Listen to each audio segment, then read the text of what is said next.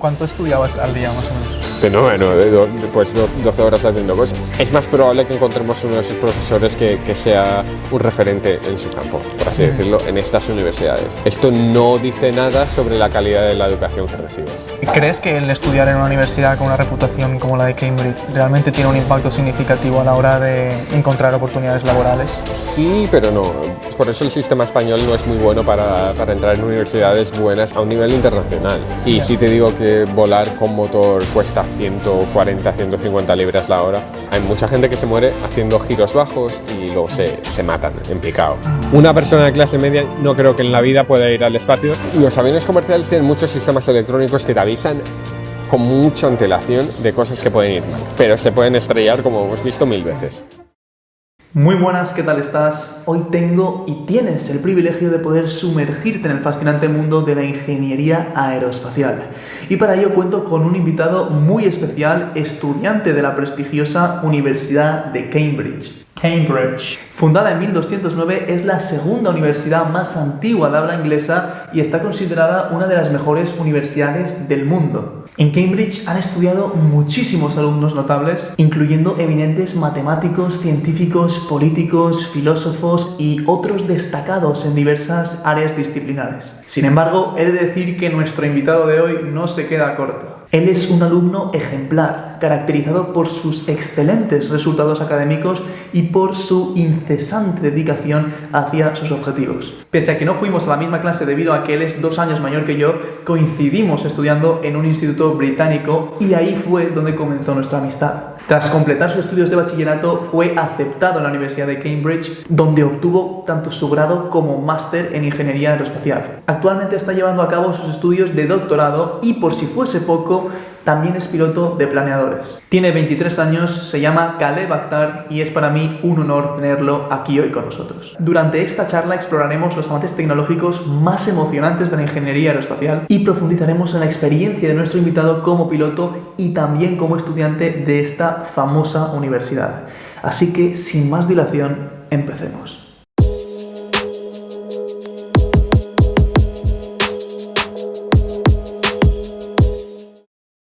Bueno, Caleb, ¿qué tal? ¿Cómo estás, tío? Muy bien, ¿tú qué tal, Braden? Bien, tío. Con ganas de grabar contigo, que ya hacía tiempo que queríamos grabar, pero al final no pudimos cuadrar los horarios. Tenemos... Sí, culpa nuestra no fue. Todos los días que teníamos planeado estaba lloviendo y sí. Bueno, esto es Inglaterra, ¿no? Sí, pero bueno, grabaremos, porque tenemos pendiente un vídeo en la universidad, enseñando la universidad, y luego también uno bastante interesante sobre cómo funcionan los planeadores y tal de allí, ¿no? Sí, pero eso es secreto, ¿eh?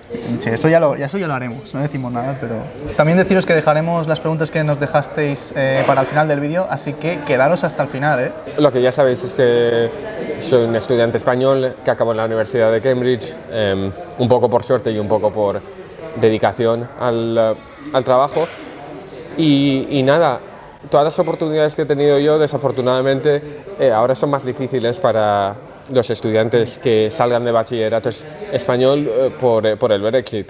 Sí. Así que todo lo que voy a hablar yo solo podrán notar las personas que tengan un poco más de capacidad financiera en España. Sí. Sin embargo, cuando entramos Braden y yo a estudiar al Reino Unido, esto era accesible para la mayoría de gente. Claro, porque nosotros, yo tuve la suerte de que pude irme en el último año antes del Brexit y bueno, entonces pude acceder a los loans que se llaman, que son, digamos, los préstamos que ofrece el gobierno del Reino Unido para, digamos, incentivar a que vayan estudiantes, ¿no? Allí, porque claro, allí una universidad normalmente vale 9.250 libras al año, ¿no? Para todo el mundo. A todo el mundo, incluido Cambridge, ¿no? Eso es. No por ser más prestigiosa. Eso es. Cambridge, porque son universidades públicas, las privadas ya es otra cosa, pero Cambridge, Oxford, seguramente habréis escuchado en Élite o algo así que Oxford es de las universidades más caras del Reino Unido y no es así. Son universidades públicas que cuestan 9.250 libras al año, exactamente para los estudiantes de grado de allí, y antes los europeos contábamos como estudiantes de allí también. De hecho, en Escocia se podía ir a la universidad gratis siendo europeo. Tanto los europeos como los escoceses optábamos a ir a la universidad gratis ahí. Desafortunadamente para mucha gente ya no puede ser una realidad, pero sí que hay otras opciones que seguro os llevan un mismo nivel de educación, en mi opinión. Vamos a hablar un poco de la Universidad de Cambridge, si te parece ahora al principio, y luego ya dejamos para más tarde el tema de piloto, ingeniería aeroespacial. No te preocupes. ¿Cómo un estudiante puede acceder a una universidad tan prestigiosa, ¿no? Pues mira, las universidades de Cambridge y de Oxford suelen tener requisitos de admisiones distintos al resto de universidades de Reino Unido. Yo imagino que cuando tú enviaste tu solicitud a tu universidad, lo que hiciste fue en enero tenías la fecha límite y entonces tú hasta enero tuviste todo el tiempo del mundo para prepararte. Cambridge y Oxford tiene una fecha límite a mitades de octubre, si no me equivoco.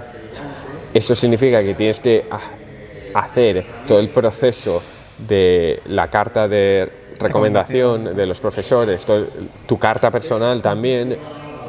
Personal statement.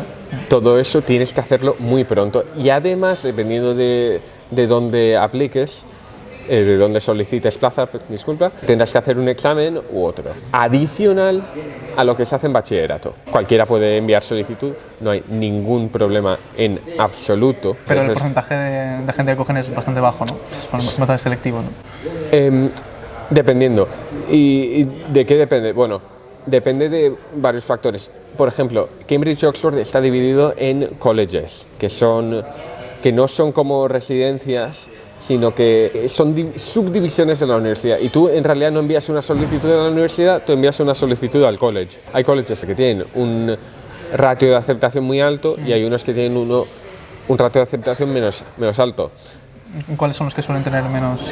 Los famosos King's College, que si buscas Cambridge te saldrá la foto de una capilla enorme por fuera. Ese va a ser difícil, y luego hay otros como Trinity y como St. John's, que también tienen una popularidad muy alta. Entonces, aunque tengan un ratio de aceptación alto, si la cantidad de aplicaciones o de solicitudes es muy alta, es muy probable que tu solicitud se pierda porque tengas mucha competencia.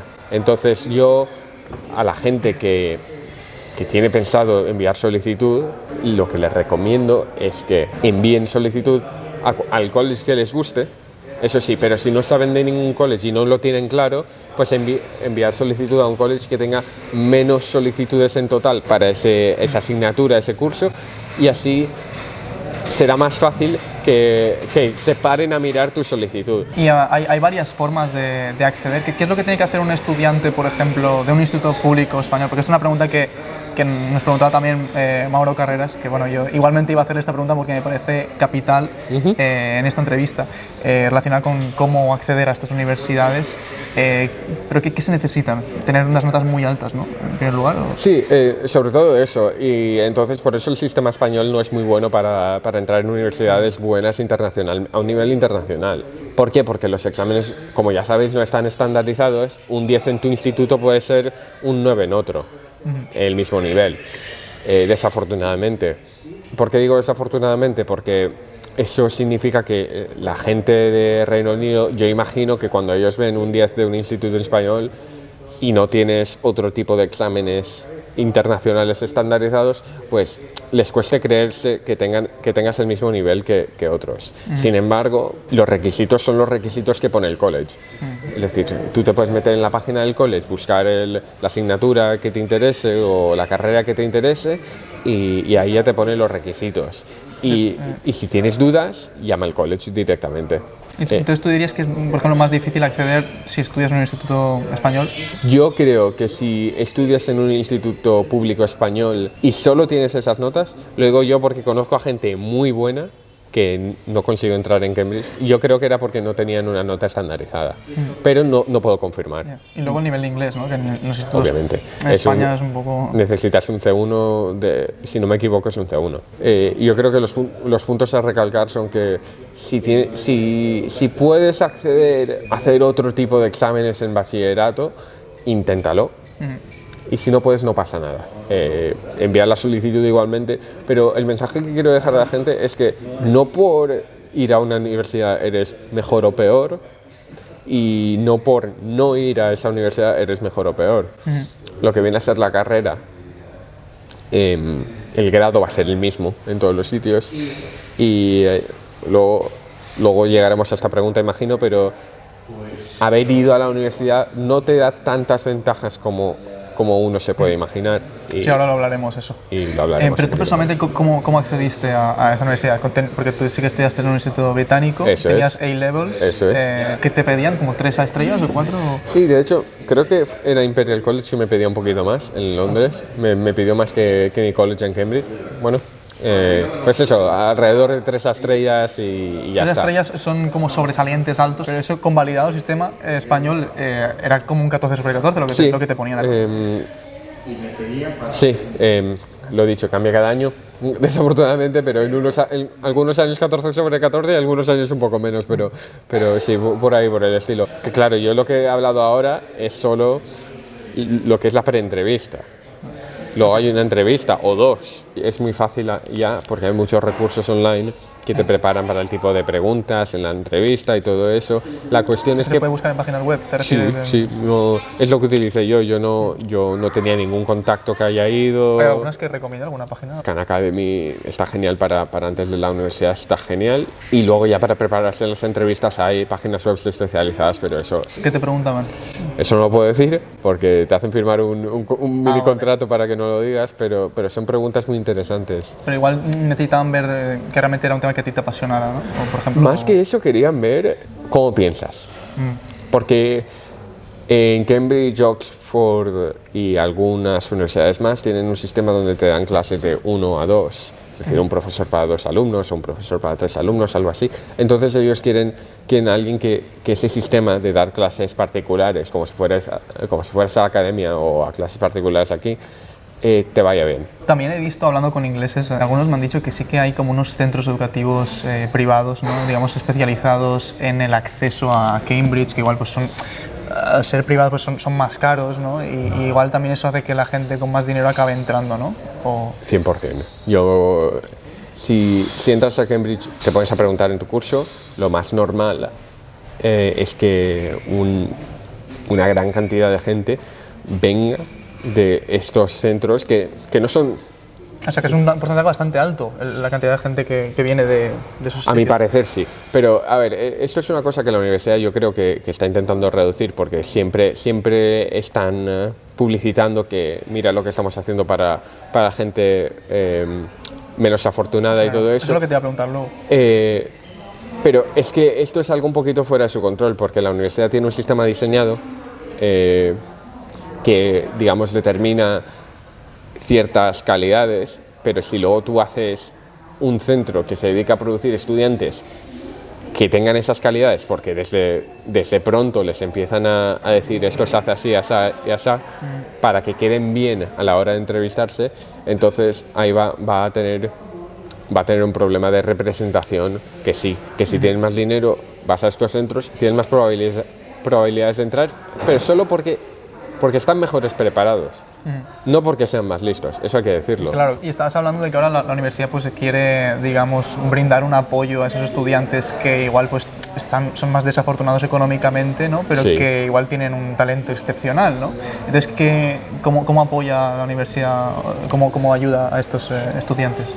Pues lo he dicho, yo siendo estudiante pues hay veces que ves pues eso, campañas que hace la universidad, pero no son intrusivas, es decir, tú las ves en el móvil, las ves en correos que te llegan del sistema de enviar solicitudes a las universidades que se llama UCAS, ahí en Reino Unido. Entonces yo he visto correos de UCAS diciendo pues ahora Cambridge está en clearing, creo que estaba en clearing, que eso por si no lo sabéis, clearing solía servir para la gente que no llegaba a las notas para su universidad, que buscaran otra universidad con puestos abiertos. Ahora está volviéndose algo diferente, que también la gente que ha sacado mucho mejores notas de lo que tenía predicho, ahora pues pueden enviar solicitud a la Universidad de Cambridge. Entonces, ¿qué puede pasar? Que tú cuando envías solicitud a la universidad utilizas notas predichas. Entonces tu profesor te produce una serie de notas predichas y tú con eso y tus notas anteriores, pues en teoría tienen suficiente información como para decirte, como para pensar, bueno, llega a un mínimo nivel y luego el resto ya ya se mira en la entrevista. ¿Cuánto estudiabas al día, más o menos? Pues yo, por ejemplo, pues te despiertas, llegas a clase a las 9 y dejas de estudiar a las 9. De 9 a 9, pues 12 horas haciendo cosas. Que eso, comparado con... ¿Llegas a la clase a las 9, has dicho? Sí. ¿Y luego acaba de terminar la clase? No, bueno, cuando termine, 1 hora normalmente, pero digo que para que te hagas una idea, de 9 a 9 sería un horario normal de entre clases, laboratorios y estudiar. Pues eso sería un horario normal. ¿Pero cuántas clases tenéis a la semana normalmente? Pues yo llegué a un punto que tenía más de 20 horas de... 20. Dependiendo si tienes un proyecto, si no, no sé qué. Pero es sobre todo estudio en casa, más que... 50% yo creo que es aproximadamente un 50% es estudio independiente en casa. La diferencia entre la Universidad de Cambridge y otras universidades es que para tener el mismo tiempo libre, pues necesitas una base muy fuerte de las asignaturas.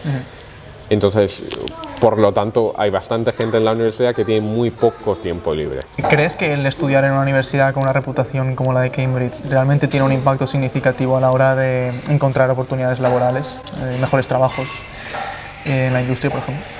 Yo creo que no. Y bueno, sí, pero no.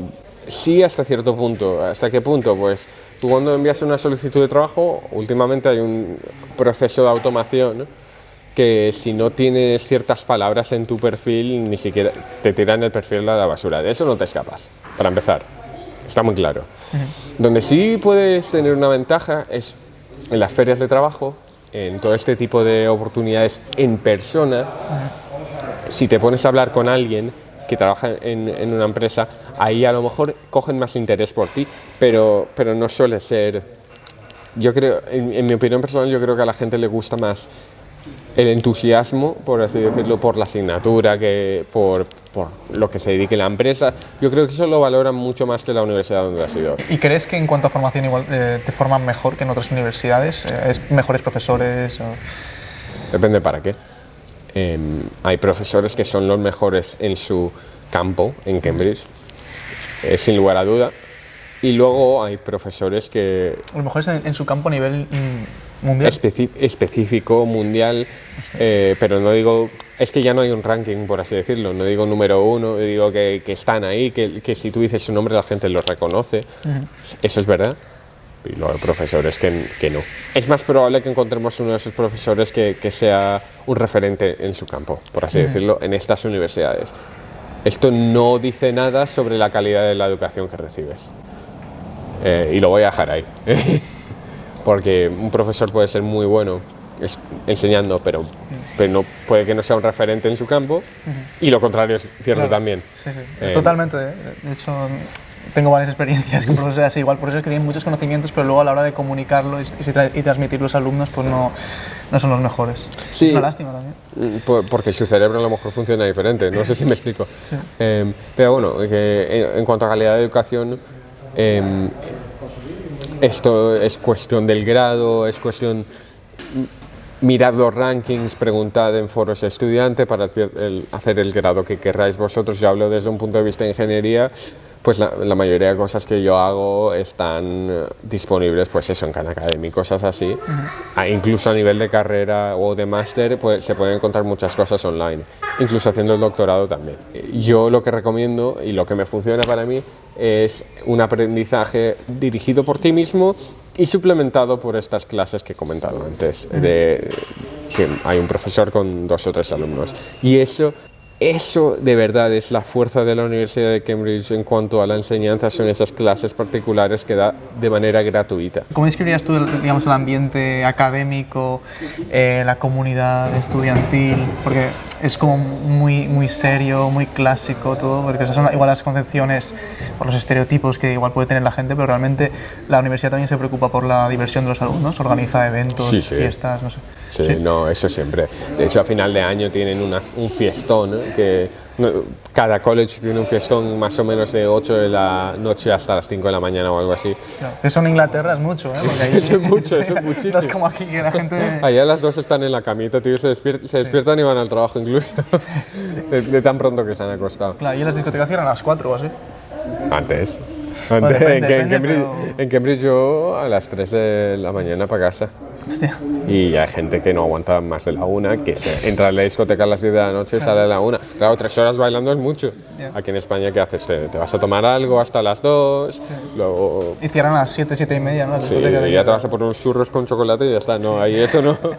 ¿Y qué recursos o instalaciones puedes usar como estudiante de la Universidad de Cambridge haciendo ingeniería aeroespacial? Pues mira, los colleges están separados de las asignaturas, así que si te hablo de lo que es la ingeniería en sí, nos dan acceso a impresoras 3D, a cortadoras láser y otro tipo de máquinas. Y de hecho, hay muchas sociedades universitarias que utilizan esas máquinas para, por ejemplo, hacer drones o X o Y, lo que sea.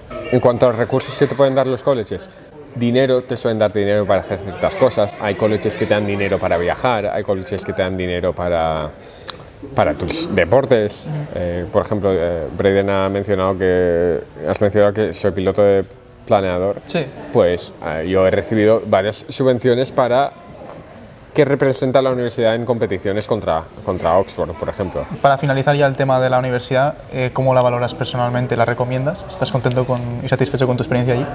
Pues mira, sí la valoro mucho en cuanto a la cantidad de crecimiento que te hace pasar lo que son 3 años, 4 años, si haces el Máster 4.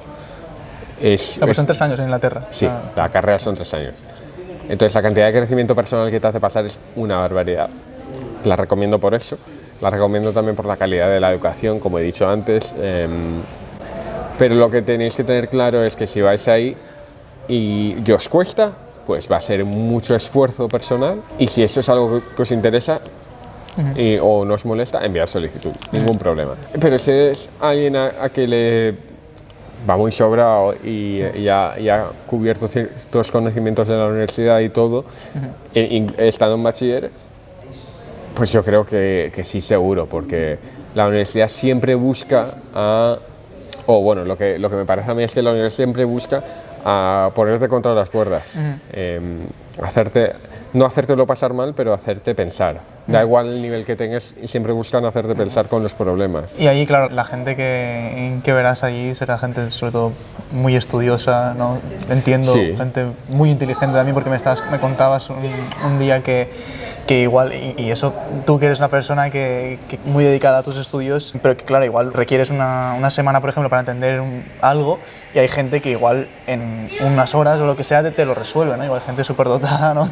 Te quedas alucinado a veces de ver la gente que hay, ¿no? Pues es un espectro, de hecho. Ahora, digamos, imaginaos que Cambridge es el top 5% de estudiantes, que me lo invento, pero para hacer el ejemplo, y luego ese 5% pues puedes hacer otra distribución del 1, digamos el 0 al 100, ¿no? Entonces pues habrá otro top 5% que hará las cosas muy sencillas, habrá una mayoría que le costará, supongo que igual que a mí, y habrá gente que lo pasará peor que lo he pasado yo. O sea, que tú dirías que estás dentro de la mayoría, ¿no? De la gente que hay ahí. Tú eres normal ahí, ¿no? Supongo, la verdad no tengo mucha referencia porque cada uno tiene su perspectiva única, pero las notas, digamos que en sí no valen porque no reflejan la cantidad de trabajo, desafortunadamente.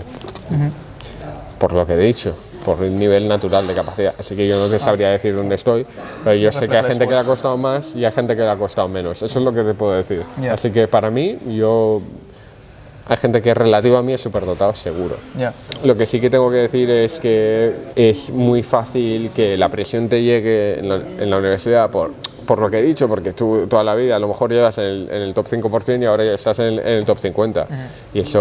Y eso hay gente a la que le cuesta entenderlo y le cuesta un poco procesarlo. Hablando del tema de piloto ahora, ¿cómo surge esta pasión por pilotar planeadores? ¿Hay algo que te inspirase? Cada año, la primera semana de la universidad, ponen, digamos, una mini feria con cada club, cada sociedad, y exhiben lo que tienen que ofrecer. Este club pone un maldito avión en medio del parque de la ciudad. Entonces, en primer año lo vi. Y yo quería pilotar antes porque, bueno, me gusta todo lo de la ingeniería aeroespacial y, de hecho, si me pudiera permitir ser piloto comercial como hobby, que no existe tal hobby, pero si me lo pudiera permitir como hobby, lo haría como hobby. Ese interés es algo que se despertó, bueno, que tú ya tenías de antes, ¿no? Por la ingeniería espacial, pero que al verlo ahí también... Eso es, y lo vi en persona, y una vez lo ves en persona, pues ya tienes la oportunidad, pues lo haces. Sobre todo porque no es muy caro. Pero ¿Ah, sí? Eso te iba a preguntar, digo, ¿cuánto cuesta? Porque normalmente es bastante caro, ¿no? Pues, sacarte una licencia como piloto. Lo voy a explicar. Mira, si te metes en un planeador es como meterte en una cometa y tú vas dentro de la cometa. Tú vas corriendo con la cometa, pues la cometa se va elevando. Pues cada una de esas elevaciones que tienes te cuesta unas 13 libras, que serían unos 15, 16 euros. Y a lo mejor te puede durar 15 minutitos. Máximo 15 minutitos, de 6 a 15 minutitos normalmente. Entonces, en cuanto a precio por hora, planear es bastante más barato que volar con combustible y con motor. Aquí, por los alrededores, es bastante asequible, sobre todo porque la universidad te ayuda. Y si no te ayudas en la universidad, ¿cuánto costaría? A mí, aprox 2.000 libras al año. Lo piensas y dices, ¡buah! Es muy caro. Y si te digo que volar con motor cuesta 140, 150 libras la hora, o 180 o 200, y la cantidad de horas que se puede hacer con el planeador. De hecho, si despegas y no vuelves, en el sitio que vuelo yo, a partir de las 3 horas creo que no nos cobran más, así que lo máximo que pago yo por un vuelo ha sido 70 por 3 horas. Casi compito con Ryanair y todo. Y bueno, ¿y cómo describirías el proceso de formación para ser piloto, el entrenamiento que has tenido que hacer? Pues es tanto informal como lo es formal. Es informal en que estás en medio de un campo con el cable como si fuera la cometa, lo que se está diciendo, y los profesores son muy buena gente. A la hora de la verdad, a la hora de enseñarte, es muy formal. Te tienen que enseñar las cosas bien, porque si no, añade riesgos innecesarios que cobran la vida de gente. La primera clase te van a enseñar cómo girar, cómo manejar, porque sinceramente el planeador vuela solo. Tú lo único que dices es decirle dónde y cómo tiene que ir a un sitio, pero el planeador vuela solo.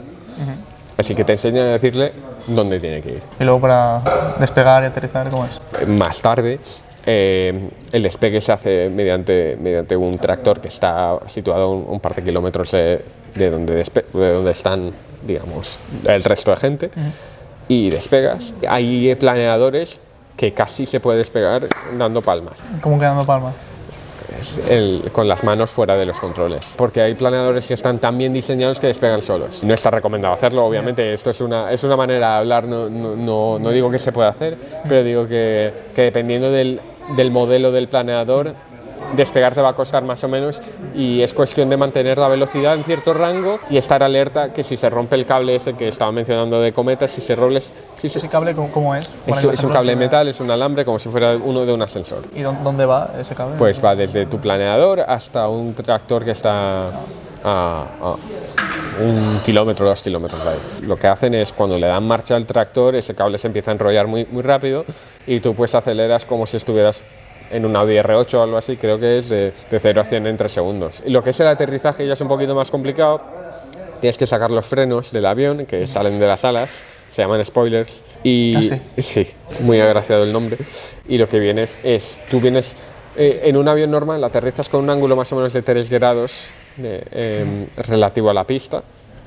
Con estos 3 grados, digamos, esto es la pista, vienes a 3 grados así. Con estos aviones, con los planeadores, vienes pues a 20 y algo grados. Es la manera en la que están diseñados, pero cuando te acercas mucho al suelo, ya poco a poco elevas la nariz hasta que te quedas con la nariz sobre el horizonte y haces un aterrizaje muy suave, que se puede hacer muy suave. ¿Y hay alguna experiencia, alguna anécdota así interesante que quieras contar? Sí, muchísimas. ¿Algún accidente?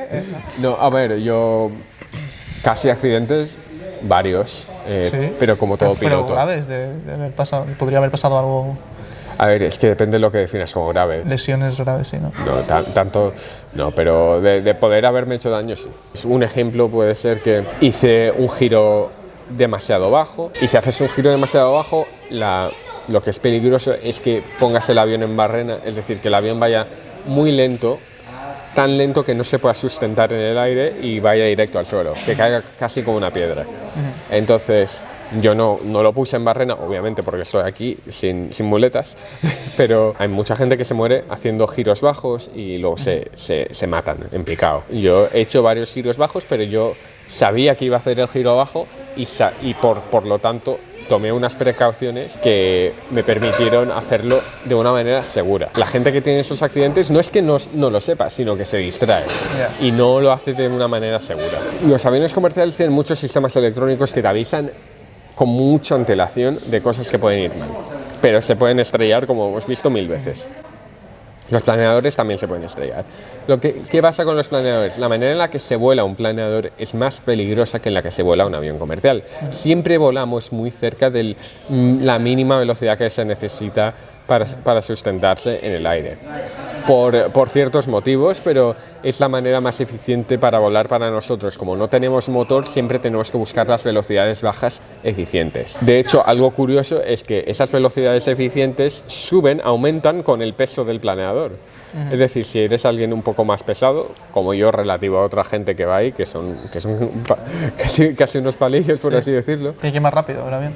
Tienes que ir más rápido para llegar a ese mismo nivel de eficiencia aerodinámica. ¿Cómo funciona? Igual hay gente que está pensando, ¿cómo funciona un avión, bueno, en este caso, un planeador sin motor, ¿no? ¿Cómo puede volar? Pues mira, igual que tú enciendes la ducha y se echa para atrás, lo que hace el planeador es, con la forma de las alas, envía aire hacia abajo. Y envía aire hacia abajo, entonces esa fuerza es como si abrieras la ducha, ¿vale? Entonces, tiene un componente de fuerza hacia arriba, que eso te sustenta, y tiene un componente de fuerza hacia adelante, que es lo que te acelera. A cierta velocidad tienes que poner la nariz del avión en una posición que el componente de, digamos, el empuje hacia adelante sea igual a la fuerza de resistencia del aire, ¿vale? Y luego ese componente de empuje hacia arriba, pues sea igual al peso. ¿Qué pasa? Que como no tenemos motor, vamos perdiendo energía. Aunque esos componentes de fuerza sean iguales y no aceleremos ni hacia adelante ni hacia abajo, sí que tendremos una velocidad negativa. Es decir, una velocidad hacia abajo. A menos de que el aire alrededor tuyo suba, siempre vas a estar yendo hacia abajo en un planeador. Y esa es la diferencia principal de un planeador comparado con los aviones con motores. Y en circunstancias más adversas, estábamos hablando antes de posibles accidentes, ¿cómo haces para mantener la calma? Tienes que mantenerla. Si no la mantienes, no es una opción. Es decir, tú... Pensar en el instinto ese de supervivencia, de decir... Ese instinto de supervivencia llega a un punto en el que el entrenamiento está tan bien hecho que es parte de tus reacciones naturales, entonces hay veces que vuelas sin pensarlo. Entonces tú, para poder volar... Claro, está todo como conducir un coche. Tú no te pones a pensar qué marchas cambio. Si alguien se choca delante tuya, ¿qué puedes pensar? ¿Me meto por ahí, freno o hago esto? Pues igual, tú tienes opciones, se te presentan las opciones, entonces tú tienes un poquito de tiempo, no mucho tiempo, pero tienes un poco de tiempo para evaluar qué opción es más segura o qué opción vas a perseguir. Porque hay gente, por ejemplo, en competiciones que no elige las opciones más seguras y acaban estrellándose en accidentes que se podían haber evitado simplemente habiendo elegido la opción que claramente era más segura. No es que era... ¿Por qué no la eligen? Porque están en modo competición. Su cabeza ya no está en modo supervivencia, sino en modo quiero ganar. Ya. En caso de accidentes, los aviones comerciales, por ejemplo, tengo entendido que pueden aterrizar en el agua, o sea, podrían flotar. Flotar no, pueden amerizar, esto que es el aterrizaje en el agua, sí. Los aviones comerciales y los planeadores también. Poder se puede. Pero se iría hundiendo, ¿te refieres? Sí. Normalmente. No sé lo que tarda en hundirse, pero tenemos el ejemplo del accidente del río Hudson, o Hudson si eres americano, que pues eso, se les apagaron los dos motores por ingesta de pájaros, se rompieron los motores básicamente y no podían llegar al aeropuerto. Entonces ellos hicieron lo que un piloto de planeador hace. Como nosotros no tenemos motores, pues aterrizamos en campos cada 2x3. Pero el piloto comercial, pues eso no lo hace, pero tomó la misma decisión y la decisión que tomó fue correcta. Aterrizamos en el río, y que es donde sé seguro que puedo aterrizar, y luego ya, pues mira, nos fastidiamos, nos mojamos, perdemos el avión y todo, pero al menos minimizamos la cantidad de víctimas que puede tener o lo que sea. ¿Darías algún consejo, alguna recomendación a alguien que aspira a ser piloto? Sí, que hazlo lo más pronto posible, porque cuanto más joven eres, más fácil es de aprender. Y esto es una cosa que obviamente se te queda para toda la vida si lo haces y lo mantienes. El problema es el dinero. Para sacarse un carnet de piloto con motor básico que se llama el PPL o licencia de piloto privada, Aquí en España hacen falta unos 9.000 o 10.000 euros, que suena como mucho dinero y la verdad lo es, pero pues lo dicho, con trabajo duro y esfuerzo se puede sacar. Planear, como he dicho antes, es más barato porque no consumes combustible. Y eso, si puedes sacarte unos 2.000 euros al año o 2.000 libras al año, lo puedes hacer sin ningún tipo de problema. ¿Y cómo ves el futuro de la aviación? ¿Cuáles crees que van a ser los mayores cambios dentro de tu profesión? Para el máster yo hice un proyecto que miré a aviones con hidrógeno. Eso es interesante, pero ahí hay unas dificultades técnicas que todavía no se conocen del todo, ni siquiera cuáles son. Entonces, eso está muy lejos todavía. Ahora están utilizando, digamos, combustibles sintéticos hechos con aceite de cocina que sea reciclado. Todo eso están intentando hacerlo más para los aviones, porque los aviones... Bueno, para que no contamine tanto y tal. Eso es. Y lo veo que lo van a hacer de aquí poco tiempo, 5 o 10 años estarán la mayoría de aviones funcionando con estos combustibles reciclados, por así decirlo de una manera. Van a estar emitiendo dióxido de carbono a la atmósfera, eso es inevitable. Así que lo que hay que ver es soluciones más allá en el horizonte, y luego tenemos aviones eléctricos y aviones de hidrógeno. De esas dos tecnologías yo no me quedo con ninguna todavía. A mí me gustan más los aviones de hidrógeno porque, bueno, es lo que he trabajado yo ya tengo ahí mi niche, por así decirlo, pero los aviones eléctricos tienen mucho potencial de abrir un mercado que no existe todavía para viajes en aviones muy cortos. Bueno, vamos a pasar ahora al tema de la ingeniería aeroespacial. ¿Cómo explicarías tú, para que todo el mundo lo entienda, lo que es y qué fue lo que a ti te motivó a estudiarla? Pues mira, la ingeniería aeroespacial se puede dividir entre varias subingenierías, pero incluso la aeronáutica también está muy relacionada, pero es toda aquella ingeniería que toca el tema de termodinámica, un poquito de mecánica y de fluidos. ¿Eso qué significa? Termodinámica tiene que ver todo lo que tiene que ver con el calor, fluidos todo lo que tiene que ver con el agua, aire, etc. Incluso tuberías. Y la mecánica es cualquier parte mecánica, que no sea estructural, es decir, cualquier parte mecánica que tenga una función, pues también se puede tocar. ¿Y qué fue lo que a ti te motivó a estudiarlo? A mí el hecho de que un trozo de metal que pesa 200 toneladas vuele, pues me parece casi mágico incluso. Claro, impensable en otras épocas, en lo que ahora pasa. Eso es. Y que sea, de hecho, el método de transporte más seguro del mundo, estadísticamente hablando, pues es todavía más impresionante. Pero sé que cuando hay un accidente en un avión y cae, es mucho más probable que resulte en un accidente mortal. Depende de cómo definas un accidente, porque un accidente puede ser que el avión, por ejemplo, que el motor del avión entre en llamas, pero eso no necesariamente acaba en muertes, y normalmente pues ha habido varias ocasiones recientemente, en recientes años, que ha habido motores en aviones que han explotado y los aviones no solo siguen funcionando, sino que aterrizan de una manera segura. Así que, aparte de lo que he dicho, también está la redundancia de los sistemas que se han diseñado en los aviones. Es espectacular. Un avión de 4 motores creo que puede volar con 2. Con 2 motores apagados. Para que te hagas una idea, un avión de 2 motores puede volar con un motor. Es una cantidad de seguridad espectacular, y tú en tu coche no tienes 2 motores. Claro. Para ponértelo en perspectiva, ¿sabes? También mucha menos probabilidad de que puedas chocar con algo, con alguien. O sea, eso también influye, ¿no? Bueno, el suelo está en todas partes. No, me refiero en los aviones, que no es como... Pues no, pero por eso digo que el suelo está en todas partes. Sí que es verdad que hay menos probabilidad que te choques con alguien en el espacio aéreo, pero ha ocurrido y volverá a ocurrir, desafortunadamente. Por eso, cada vez que hay un accidente, es muy, muy importante saber por qué ha pasado el accidente para poder rectificarlo en futuras ocasiones. Y de la caja negra, ¿no? Y tal.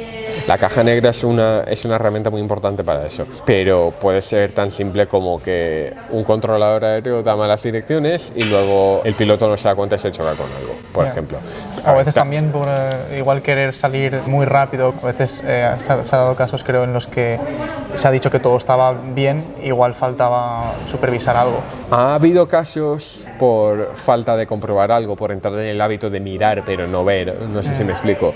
Si tienes una pantalla que tienes que mirar que hay una luz roja, por ejemplo, hay veces que puedes entrar en el hábito de girar la cabeza, mirar ahí, pero no ver lo que pone en la pantalla, porque te esperas que la luz roja está ahí, lo has hecho un millón de veces. El movimiento y luego ya no estás pendiente, no eres consciente de lo que realmente estás viendo, no le prestas atención.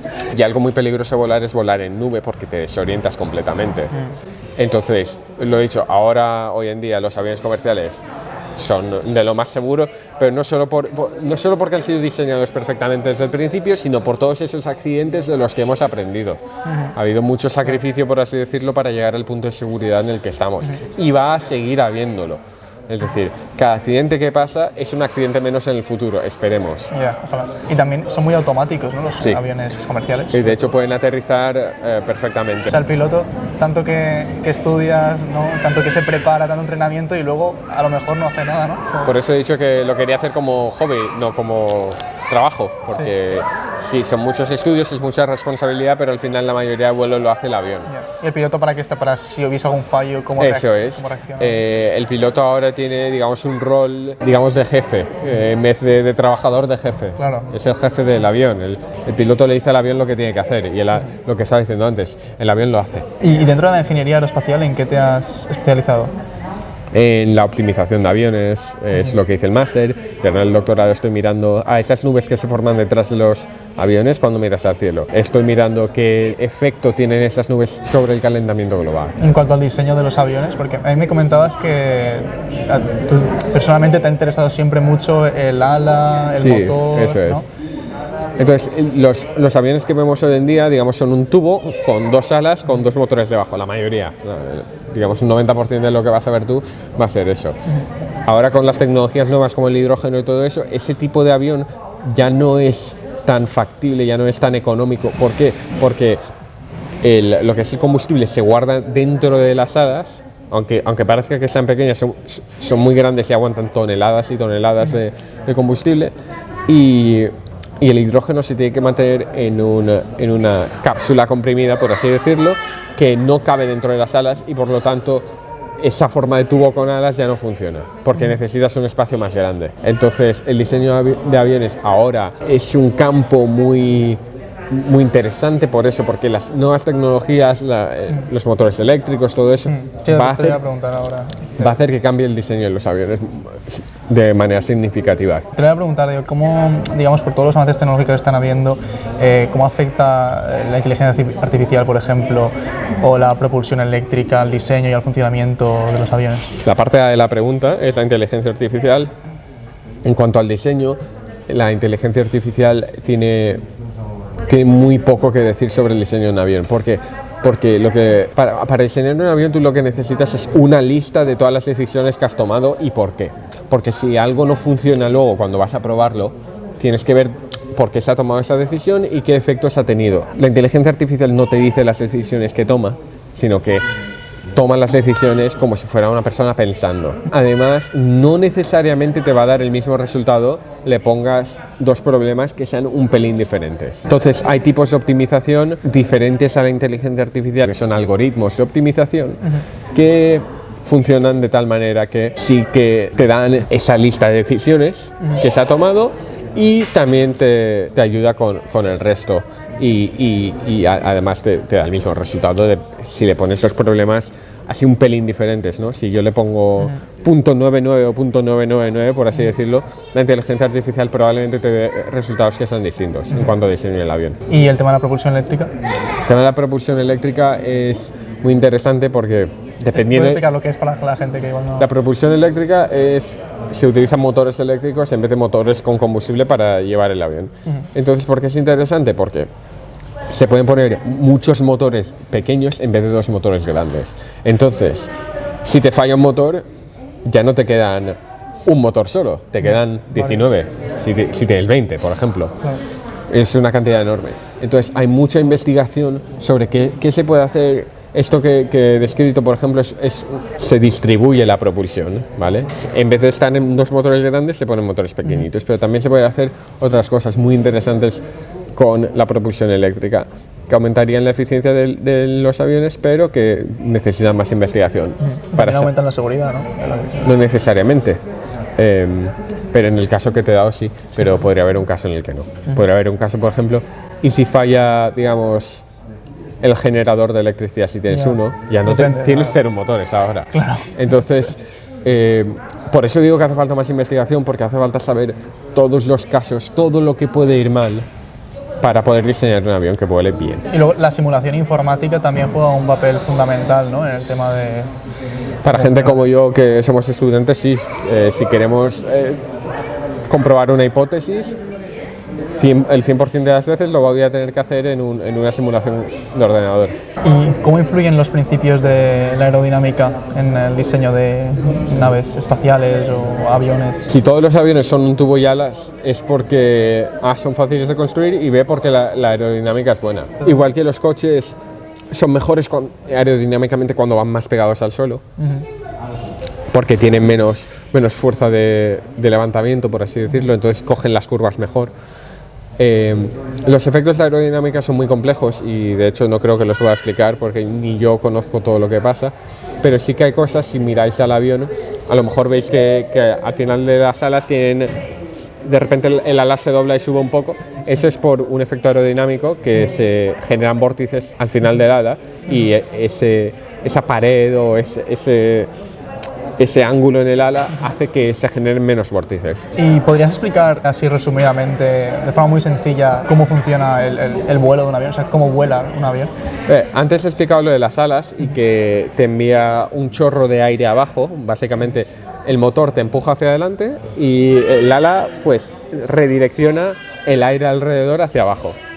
Y entonces eso, como si te estuvieras luchando, genera una fuerza de empuje. Es simplemente eso. Lo que pasa es que se necesita la cola también para estabilizar el avión, porque la cola lo que hace es, si el avión está volando, por ejemplo, perfectamente plano y cambia un poco el aire y un poquito de turbulencias, lo que hace en la cola es asegurarse de que sin tú tocar nada, si el piloto tocar nada, el avión vuelva en la misma posición en la que estaba.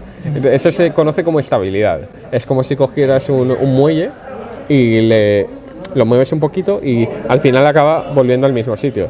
Pues los aviones están diseñados de una manera parecida, para que acaben siempre en el mismo sitio y respectivamente de las turbulencias que haya. Me ha venido a la cabeza también este efecto que he visto en algunas ocasiones, el efecto de gravedad cero, que se hace con una maniobra específica. ¿Tú sabes cómo se hace? Sí, cuando un avión despega, cuando tú despegas en un avión, tú notas que el culo te pesa, ¿no? Cuando un avión gira, también notas que el culo te pesa. Pues si haces lo contrario, cuando estás girando o cuando estás despegando, las dos situaciones tienen lo mismo en común. Eso que tienen en común es que el piloto estira hacia él la columna de control. ¿Eso qué significa? Que el avión sube lo que es el morro, va subiendo el morro. Y eso aumenta la cantidad de fuerza que las alas producen. Entonces, si hacemos lo contrario, si empujamos en vez de estirar la columna de control, disminuye la cantidad de fuerza que las alas producen, y si lo haces de una manera precisa, puedes controlar la cantidad de fuerza que notas tú del asiento. Entonces, si empujas a cierta velocidad, puedes hacer que la fuerza, digamos, que te haga el asiento sea cero. Y eso es lo que son las 0 Gs.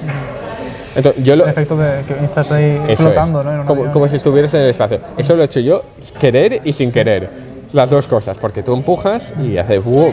Y se levanta todo. ¿Cómo están evolucionando los materiales utilizados en los aviones y cómo afecta eso a la seguridad y al rendimiento? Pues mira, para empezar yo te aseguro que la seguridad no se va a ver afectada, porque si un material está en un avión es porque ha estado certificado para estar en el avión y se ha comprobado muy rigurosamente. O sea que tranquilidad, ¿no? Eso es, tranquilidad. Se está utilizando ahora más fibra de carbono en los aviones más recientes, y eso es porque es un material más ligero que el titanio y el aluminio y más fuerte, digamos, más ligero para la misma fuerza de material. Y se ha comprobado que es buen material. Dado la tragedia del submarino que recientemente implotó Implosionó, ¿no? Sí, implosionó por estar hecho de fibra de carbono, no hay que estar alarmado. Pero yo entiendo si estáis alarmados. El mecanismo por el que se rompió seguramente sea la deslaminarización de la fibra de carbono, que eso solo ocurre pues en ciertas condiciones, y los aviones, lo he dicho yo, están hechos muy específicamente para que cosas así no ocurran. Esta compañía no según alegan, no estaba siguiendo las medidas de seguridad y muy crucialmente el submarino de esta compañía no estaba certificado y lo ponían en su página web que no estaba certificado. Y tuvieron que firmar, creo, incluso un contrato, ¿no? Eso es, de evasión de responsabilidad, eso es. ¿Cuáles crees tú que son las habilidades o los conocimientos más importantes que tiene que tener un ingeniero aeroespacial para ser exitoso en su campo? Paciencia, porque hacer un avión tarda mucho tiempo. Un ingeniero mecánico puede tener una pieza mañana si la diseña hoy, pero un ingeniero aeroespacial va a estar años y años diseñando la misma pieza. Así que mucha paciencia y mucha pasión. ¿Y cómo ves tú, por ejemplo, el futuro de la exploración espacial, por ejemplo, de los viajes interplanetarios en las próximas décadas, por ejemplo? Lo que hemos visto hasta hoy día es que si tienes dinero lo vas a poder hacer, así que si tienes dinero lo vas a poder hacer y cada vez va a ser más y más asequible. Una persona de clase media no creo que en la vida pueda ir al espacio simplemente por la cantidad de energía que hace falta para llegar al espacio, y eso se traduce en una cantidad económica y ya está. Y la cantidad de responsabilidad que toman esas empresas llevándose gente al espacio es mucha. Pues bueno, pasamos a la última sección, si quieres, a la sección de preguntas que ha dejado la gente. Muy bien. Creo que hay algunas que no son muy relevantes, igual para lo que tú estás estudiando específicamente, pero bueno, las hacemos igualmente ya que las han escrito. La primera empieza fuerte. Bueno, ¿va? Nos la deja Sense Music y pregunta si se puede tener sexo en el espacio. Pues yo por lo que veo, tenerlo en gravedad reducida, pues seguramente se pueda. Yo creo que sería difícil, ¿no? Por la gravedad reducida. Tendrías que estar bien cogido algo, pero creo que no estaría en práctica porque si hay un embarazo, ¿cómo se desarrollaría el bebé en el espacio? O sea, le puede afectar esas condiciones al desarrollo del bebé. Y a la persona que tenga el bebé también. Entonces, seguramente sea un no rotundo de NASA para hacer eso. Aunque seguramente tengas algunos científicos o biólogos que estén muy interesados en conocer ese desarrollo, pero no sería un experimento ético hoy en día. Pero por poder se puede, yo creo. Miguel Pous nos pregunta ¿hasta qué punto es aplicable la teoría de la relatividad y la ley de gravitación? Sinceramente no soy muy experto, no soy nada en cuanto a física cuántica y hay muchas cosas que todavía no se saben de eso, así que yo me voy a quedar con la boca calladita y mis disculpas a Miguel. Y luego por último Jorge López nos pregunta ¿hasta qué punto es factible que veamos en lo que queda de este siglo naves espaciales que funcionen con reactores de fusión nuclear? Ojalá, me gustaría estar vivo para verlo, eso es lo único que puedo decir al respecto. Yo, la verdad, la fusión nuclear sí que he visto avances recientemente, pero no creo que estemos a ningún punto lo suficientemente avanzado como para poder hacer este tipo de cosas. Pero bueno. ¿No lo ves factible en los próximos años? No. Algún día puede ser. A lo mejor los nietos de mis nietos lo ven, pero aún queda. Okay. Pues con esto concluimos esta charla tan fascinante que hemos tenido con nuestro invitado. Muchísimas gracias de nuevo por tu tiempo, por tus experiencias, por tantos conocimientos acumulados y nada, la verdad que ha sido un placer tenerte aquí. Muchas gracias a ti. Encantado de estar aquí, Si te ha gustado este vídeo, agradecería muchísimo que te dejases un like, déjame tu opinión en los comentarios, comparte también con aquellas personas a las que creas que les puede resultar interesante este tipo de contenido. Y si todavía no estás suscrito, únete a la comunidad para no perderte futuros vídeos sobre temas tan interesantes como este de aquí. Nos vemos en el próximo vídeo. Hasta luego.